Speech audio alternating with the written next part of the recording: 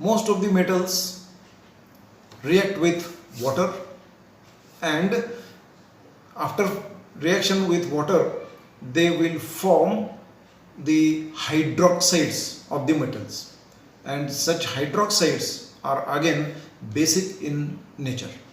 Okay, आता या ठिकाणी सर्वच्या सर्व धातू पाण्याबरोबर अभिक्रिया करतातच, परंतु काही धातू ही जलद अभिक्रिया दाखवतात तर काही धातू ही सौम्य अभिक्रिया दाखवतात. या ठिकाणी सोडियम, पोटॅशियम हे थंड पाण्याबरोबर सुद्धा अगदी जोरदार अभिक्रिया दाखवतात. त्यांचे हायड्रॉक्साईड्स तयार करतात, हायड्रोजन वायू तयार होतो आणि त्या वायूचा स्फोट होतो. तिथल्या उष्णतेमुळे त्या वायूचा स्फोट होतो आणि त्यामुळं धोका निर्माण होऊ शकतो. वाईल मॅग्नेशियम मेटल और aluminium metal will require the steam to react with water. तर त्या ठिकाणी उष्णता आणि पाण्याची वाफ यांची गरज असणार आहे. आणि इतर काही धातूंच्या मध्ये अशाच पद्धतीनं उष्णता आणि इतर धातूंच्या मध्ये उष्णतेची आवश्यकता असणार आहे किंवा पाण्याच्या वाफेशी संपर्क आल्यानंतर धातू गंजतात. असा पाण्याच्या वाफेबरोबर संबंध आला धातूंचा की त्यांची त्याची अभिक्रिया होते आणि त्या धातूंचं क्षरण होतं, हे लक्षात येतं. Now next is chemical properties of non metals. Again here electronic. Now next is chemical properties of non-metals. Here electronic configuration of metals is most of the non-metals have 4 to 7 electrons in the valence shells, that means the outer shell. Okay, पाहूयात आपण त्याच्यावर नजर फिरवू. Here the non-metal nitrogen, which is having atomic number 7, its electronic configuration is 2,5. Oxygen having atomic number 8 has electronic configuration 2,6.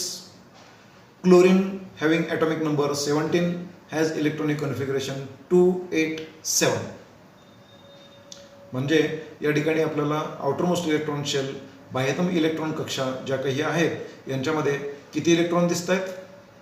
एकतर 5 किंवा 6 किंवा 7 electron दिसत आहेत. म्हणजे यांना अष्टक स्थिती पूर्ण करण्यासाठी इलेक्ट्रॉनची गरज लागणार आहे आणि त्यामुळं ते रासायनिक दृष्टिकोनातून कसं वागतात ते आपण पुढे पाहू.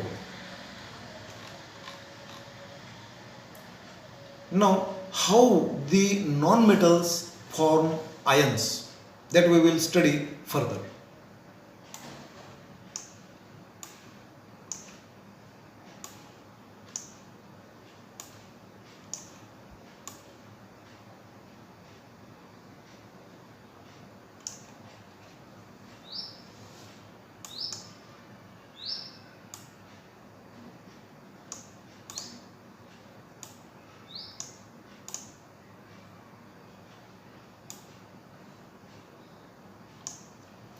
Here we can see that chlorine acquires 1 electron to complete the octet of the outermost electron shell.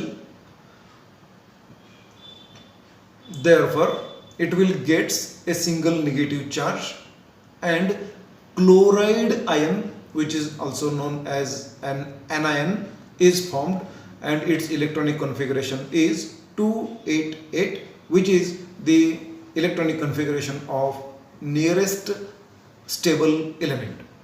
Okay, म्हणजे हे एक इलेक्ट्रॉन स्वीकारतात, बाह्यतम कक्षेमध्ये तो इलेक्ट्रॉन राहतो आणि तसा तो राहिला तर त्याची अष्टक स्थिती पूर्ण होते. परंतु जादा आलेल्या त्या एका इलेक्ट्रॉनमुळं या क्लोरीन अणूवर एक ऋणप्रभार येतो. असा ऋणप्रभारित क्लोरीन जो आहे त्याला क्लोराईड आयन म्हणजेच एक प्रकारचा ॲनायन तयार होतो. ओके, त्यानंतर पुढे आपण जाऊ. Oxygen gets 2 electrons. Oxygen gets 2 negatively charge electrons. Therefore, octet state of second electron shell is completed, and therefore the oxygen atom now acquires double negative charge, and it is called as oxide ion. In case of nitrogen, nitrogen gets 3 electrons and acquires a stable electronic configuration of 2,8, and it will gain triple negative charge which is called as nitride ion. म्हणजे आपल्याला मित्रांनो लक्षात आलं असेल की ही सर्व अधातू जे आहेत हे सर्व अधातू इलेक्ट्रॉन दुसरीकडून खेचून घेऊन जादा मिळवतात आणि त्यांच्यावर एक किंवा दोन किंवा तीन ऋणप्रभार येतात आणि अशा प्रकारचे ते ॲनायन निर्माण करतात.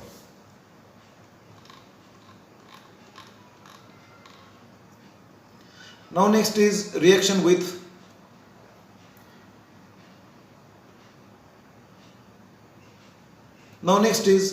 with oxygen. Non-metals combine with oxygen to form their oxides. That means non-metal plus oxygen, their combination will be non-metal oxide. For example, some examples are given here.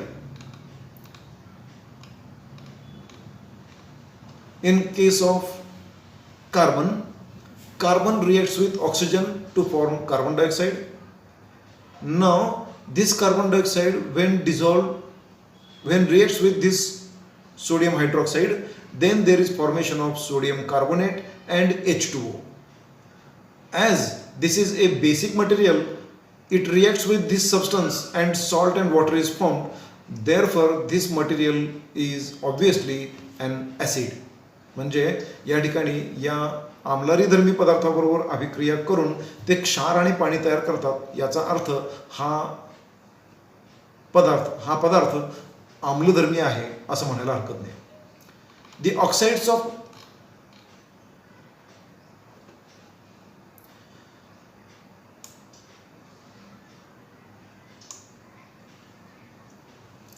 oxides of non-metals react with water to form an acid.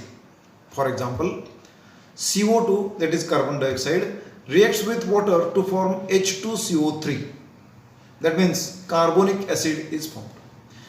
SO2, that is sulfur dioxide gas, reacts with water to form H2SO3, that is sulfurous acid is formed. And next is SO3 reacts with, that means sulfur trioxide reacts with water to form H2SO4, that is sulfuric acid is formed.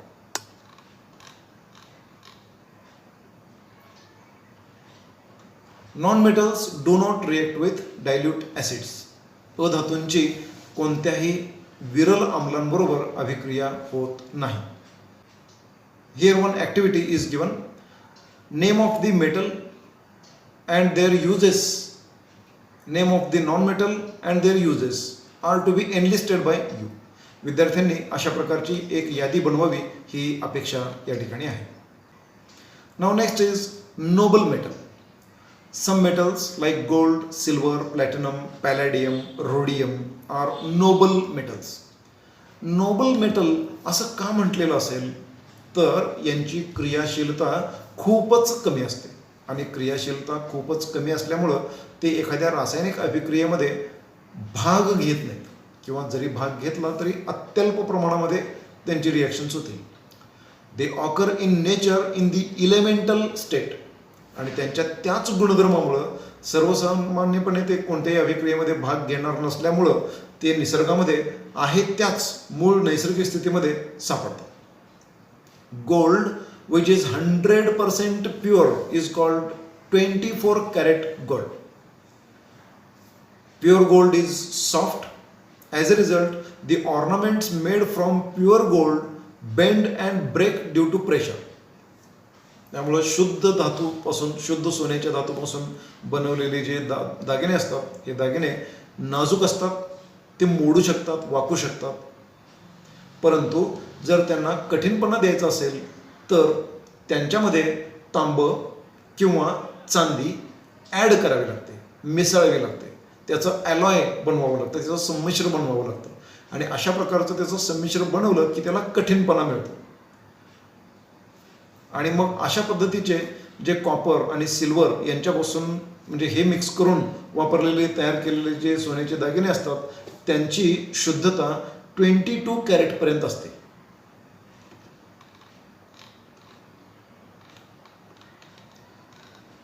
Generally, ornaments are made from 22 karat gold or gold with steel smaller carat, अजून कमी कॅरेटचे सोन्याचे दागिने सुद्धा बनवता येऊ शकतात की ज्यांचा टिकाऊपणा आपल्याला वाढवता येतो.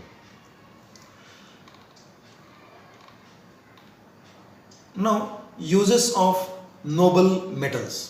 आता या नोबल मेटल्सचे आणखी काही उपयोग आपण पाहूया.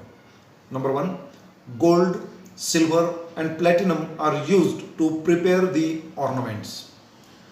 सोने, चांदी आणि प्लॅटिनम यासारख्या धातूंचा दागिन्यांच्या निर्मितीमध्ये वापर केला जात असतो.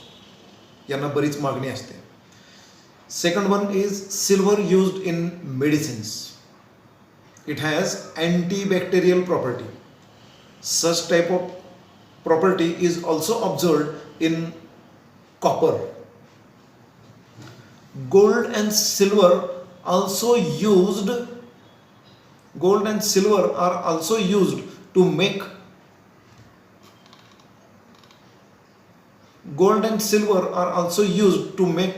medals. यांच्यापासून पदकं वेगवेगळ्या प्रकारची ही बनवली जात असतात. Gold and silver also used to make the electronic devices. They are good conductors of electricity. Therefore, some electronic devices are produced by using these noble metals. Platinum, palladium metals are used as the catalyst. एखाद्या रासायनिक अभिक्रियेचा वेग वाढवण्यासाठीचे आवश्यक असणारे घटक म्हणून, उत्प्रेरक म्हणून यांचा वापर केला जात असतो. मित्रांनो, सोन्याच्या शुद्धतेबद्दलचे पर्सेंटेज आणि कॅरेट यांच्यामधील रिलेशन या ठिकाणी दिलेले आहे. याच्याकडे आपण जरूर नजर फिरवावी. नाउ नेक्स्ट इज कोरोजन म्हणजे क्षरण. Gases in the air react with metals in presence of moisture to form metal compounds. The metals get affected by the process and undergo their process known as corrosion. या ठिकाणी धातू हवेतील oxygen, त्यानंतर हवेतील पाण्याची वाफ यांच्याबरोबर अभिक्रिया करतो आणि त्यांचं क्षरण होतं. वॉटर सोल्युबल फॉर्ममध्ये त्यांचं रूपांतर होतं आणि त्यांची झीज होते. त्याला आपण कोरोजन किंवा क्षरणाची प्रक्रिया म्हणतो.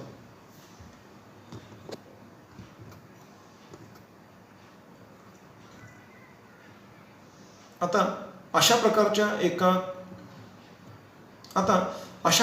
एका क्षरण प्रक्रियेचं उदाहरण आपल्यासमोर ठेवलं गेलेलं आहे. There is a Statue of Liberty in the sea near New York city in USA, that is America. The original surface of this statue was made up of copper, म्हणजे तांबूस रंगाचं असलं पाहिजे. But now it looks green. आता मात्र ते हिरवट दिसतं. Why? Because the copper which is present in this statue reacts with the atmospheric carbon dioxide and moisture content in the air to form the copper carbonate. हे क्षरणाचं अत्यंत लक्षणीय आणि ठळक असं उदाहरण आपण समजू शकतो.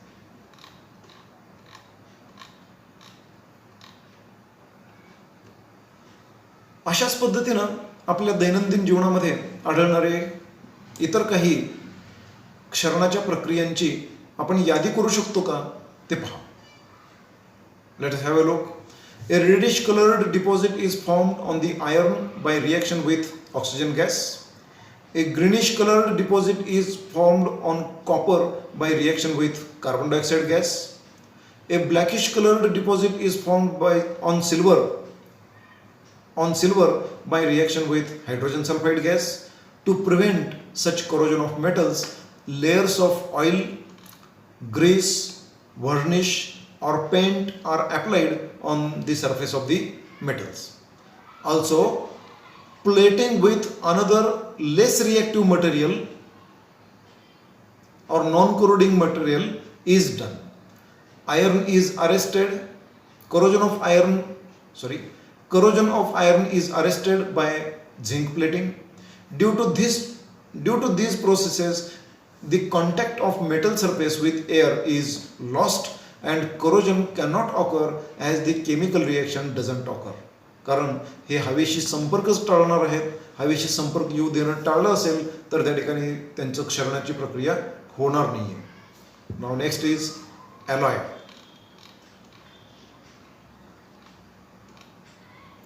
नाव नेक्स्ट इज ॲलॉय. ॲलॉय म्हणजे संमिश्र.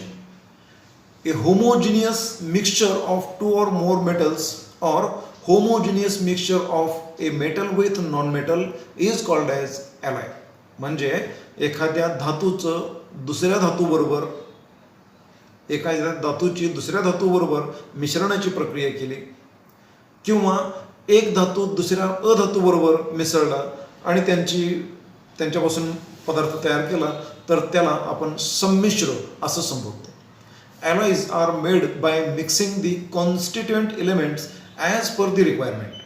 तिथं त्यांच्या त्या गुणधर्मावर आधारित किती प्रमाणामध्ये कोणता पदार्थ घ्यायचा या पद्धतीनं त्यांचं प्रमाण निश्चित केलं जात असतं.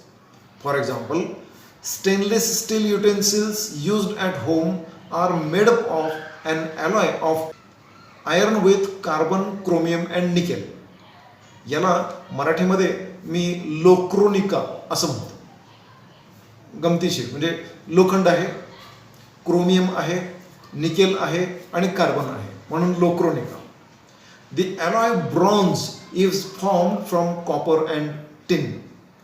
ब्रॉन्झ म्हणजे कांस्य हा तांब आणि कथिल यांच्या संमिश्रातून बनवलेला असणार आहे. अगदी त्याच पद्धतीनं alloy brass is made up of और it is formed from copper and zinc. One more point is discussed here. There is an iron pillar in the premises of Qutub Minar in Delhi, made about 1500 years ago. The pillar is lustrous even after so many years. कित्येक वर्षांनंतर, शेकडो वर्षांनंतर सुद्धा अजूनही तो pillar, लोखंडी खांब चमकतोय. It contains small proportion of carbon, silicon and phosphorus mixed in iron. अशा पद्धतीने तो बनवला गेलेला आहे. Do you know? One more activity is given here. Cheap variety of stainless steel is made sometimes by using copper instead of costly nickel. You might have seen the vertical cracks in stainless steel vessels. The reason is due to this cheap variety of stainless steel.